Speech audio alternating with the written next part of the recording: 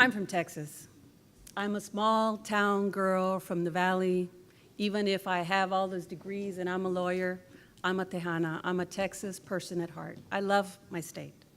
I came back here because it's my home, my family's here, and I love the feeling I get when I cross that state line and I come home. I breathe easier, like everything's okay. Everything's gonna be okay because I'm here. Our population right now in Texas is 28 million. That's a lot. 3 years ago, it was 25. So people are coming into this state for a purpose because it's a land of prosperity. It's a land of good business. But as I mentioned earlier, we're a population that's getting older in Texas. 28% are living past the age of 80. And thankfully, my mom is one of them. My mom's gonna be 90 next week, and I'm glad. I also have siblings who are in their 60s now. And so we're living longer, which is fine. But we also have a population of a labor force that's at 21%. Now keep that in mind, 28%, 21%.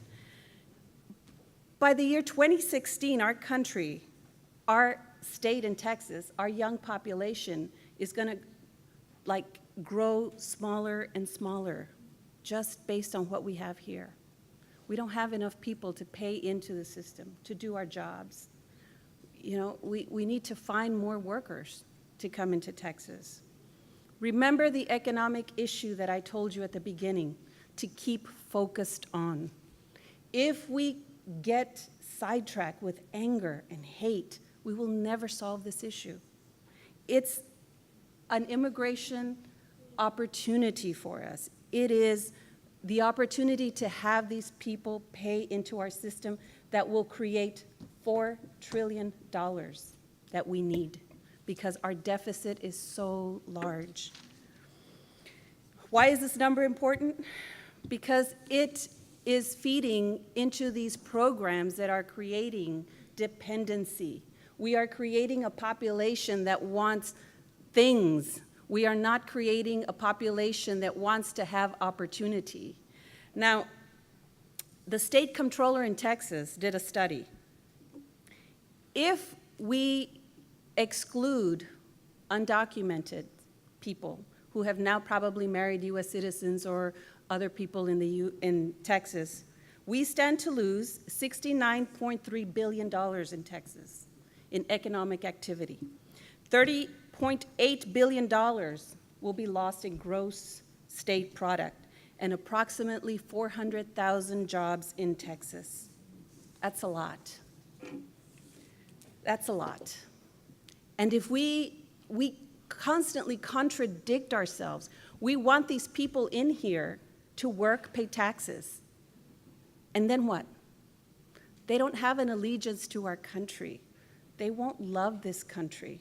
We either have to let them leave after 5 years, which I'm for, if they can't learn English, if they can't adjust, if they can't become committed to our country. They have to leave. I'm the biggest proponent of that. I'm constantly telling people, you have to learn English, you have to become part of this country. And if you don't want to, you must leave. But again, I cannot fathom how we want to enforce laws to grow our government. It just doesn't make any sense to me. We need to stop the unions that exist in the federal government. We just need to do away with them. That is how they get so much power. And let me ask you this, what scares you more? These anchor babies, terrorists, or being held indefinitely even though you're a US citizen? Because this is the power that we're giving this administration. And I say that to you because the more that we divide ourselves on this immigration issue, the more this administration grabs a hold of our liberties and takes them from us over this one issue. So if we can remain focused on the economic prosperity of immigration before we even start to whittle away at our liberties, we might get immigration passed for our benefit. The other thing is we have to think about, for the first time in our history in Texas, This vote on this bill is going to be a generational vote. Here in Texas, 6 million Republicans will vote. That's all we have here in Texas that are registered to vote. Young people, we need to attract them into our party. And this bickering on emotions and calling people names is just not attractive to them.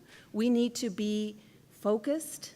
We need to seek an opportunity for them, for us. And I want you to have this question in your mind. What is this bill going to do for America? I have never said, what is this bill going to do for immigrants? What is it going to do for America? What is it going to give us? It's going to give us peace of mind, finally, to know who's in our country, who's here to hurt us, who we can deport, how we can regulate that better. This bill is an opportunity for us to do that. And if we don't take charge as Republicans and lead on this comprehensive immigration bill, we are going to lose elections for the next 10 to 20 years. And it is time for us to join together to find a solution, stop this name calling, and look at our opportunity for this country, not for the immigrants, but for us, as a country that's united, as a country that promotes freedom, as a country that makes us feel safe. I don't like living in a country where I don't feel safe because I don't know who's here. I want to know who's here. And the bad people, I want them to leave. But I want us to have the opportunity to find a way to have them be part of this process that we call immigration reform. Because if we don't, we're living in fear. And we're using words to scare us rather than to find the opportunity for us to fix the problem. And this bill, it's just a blueprint. If you can come up with something better, please let us know. But we must keep in mind, how is this bill going to be good for America? How is it going to let us prosper in the years to come? I don't want to be up here 10 years from now with the same problem, with a bigger population than 11 million. I don't want that burden. And I need your help to find a solution. I need for you to think about it. And I need to think that you all love America as much as I do to help me. Thank you.